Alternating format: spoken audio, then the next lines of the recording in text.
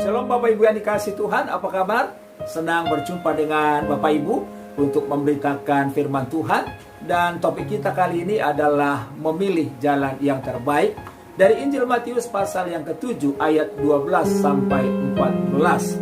Segala sesuatu yang kamu kehendaki supaya orang perbuat kepadamu, perbuatlah demikian juga kepada mereka. Itulah isi seluruh hukum Taurat dan kitab para nabi. Masuklah melalui pintu yang sesak itu, karena lebarlah pintu dan luaslah jalan yang menuju kepada kebinasaan, dan banyak orang yang masuk melaluinya. Karena sesaklah pintu dan sempitlah jalan yang menuju kehidupan, dan sedikit orang yang mendapatinya. Nah, Bapak Ibu yang dikasihi Tuhan, selama kita hidup di dunia ini, maka kita akan dihadapkan kepada pilihan-pilihan dan keputusan-keputusan yang harus kita ambil. Dan sekali kita membuat keputusan yang salah, itu bisa berbahaya. Itu bisa membuat kita bersedih, bisa membuat kita kecewa, bisa membuat kita menderita. Makanya ada lagu, ku cari dan selalu ku cari jalan terbaik, agar tiada penyesalan dan air mata. Saudara yang dikasihi Tuhan, setiap keputusan yang salah pasti akan mendatangkan kekecewaan, pasti mendatangkan air mata. Tetapi saya mau ingatkan buat kita sekalian, mungkin kita pernah buat kesalahan, mungkin sekarang ini kita sedang memilih jalan yang salah. Jangan salahkan diri saudara, gak usah kecewa, gak usah marah.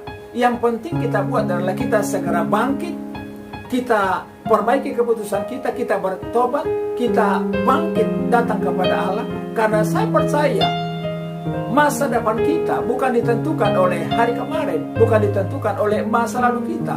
Masa depan kita ditentukan oleh keputusan yang kita buat hari ini, tindakan yang kita buat hari ini. Kalau keputusan kita hari ini benar, saya percaya kita akan mengalami hal-hal yang benar di hari esok. Tetapi sebaliknya, kalau keputusan kita buruk, maka hal yang buruk yang akan menimpa hidup kita. Dan itu sebabnya setan berusaha menggoda kita, mengintimidasi kita, menipu kita, supaya kita membuat keputusan yang keliru. Karena setan tahu kalau kita memilih keputusan yang keliru, maka kita dengan sangat mudah dihancurkan dan dibinasakan. Saudara mungkin ingat, setan datang kepada Hawa, lalu setan memutarbalikkan firman, lalu dia janjikan sesuatu yang luar biasa, dan akhirnya Hawa memilih jalan yang salah, jalan yang keliru. Dia memilih mentaati setan, malah memberontak kepada Allah. Dan kita lihat akhir hidupnya bersama Adam, mengalami penderitaan, diusir dari Taman Eden, ujungnya dibuang dari hadapan Tuhan. Dan setan yang sama datang kepada Yesus. Dia coba ingin menipu, menggoda Yesus. Tapi karena Yesus tahu tawaran setan, tawaran yang salah, Yesus tegas menolak dan memilih senantiasa menyenangkan hati Bapaknya. Saudara, sebagai orang percaya, kita mesti waspada, kita mesti hati-hati dalam membuat pilihan kita. Apalagi di masa-masa sulit seperti ini, di masa-masa wabah corona seperti ini. Banyak orang susah, banyak orang menderita, sehingga sangat sulit dalam membuat pilihan, sangat sulit membuat keputusan dalam hidupnya. Saat-saat seperti ini jangan gegabah, jangan bodoh. Setiap kita ambil keputusan, tanya sama Tuhan, supaya keputusan yang kita ambil, keputusan yang berkenan kepada Tuhan. Jangan sampai kita ikuti jalan dunia ini yang kelihatannya mudah, yang kelihatannya kompromi, tapi menghalalkan segala cara, dan pada ujungnya akan menuju kebinasaan. Makanya Alkitab Amsal bilang, ada banyak orang yang menyangka sedang berjalan dalam jalan yang lurus, tapi ujungnya menuju kebinasaan. Kita mesti pastikan keputusan kita, keputusan yang menyenangkan Tuhan, keputusan yang menjadi berkat, keputusan yang ada di jalan Tuhan. Keputusan apa yang mesti kita pilih supaya menyenangkan Tuhan? Ada 3. Yang pertama adalah kita harus memilih jalan kebenaran dan kebaikan. Jalan yang terbaik gak sekedar supaya kita mendapatkan yang terbaik di dunia ini. Bukan berarti kita mesti ngotot, ya yang penting yang paling banyak buat saya, yang paling bagus buat saya. Jalan yang terbaik adalah jalan yang Yesus bilang, segala sesuatu yang kamu kehendaki supaya orang perbuat kepadamu, perbuatlah kepada mereka. Berarti jalan yang terbaik adalah jalan di mana kita aktif berbuat baik kepada orang lain. Kalau kita berbuat baik, Alkitab bilang, maka Bapa di sorga senang, Bapa di sorga dimuliakan orang. Dan saya percaya kalau kita menghasilkan buah, Alkitab bilang apa yang kita minta Tuhan beri dari sorga. Itu sebabnya kekristenan bukan sekedar fasik, tidak melakukan kejahatan, tidak melakukan dosa. Karena Alkitab bilang kalau kamu tahu itu baik, tetapi kamu tidak melakukannya, kamu berdosa.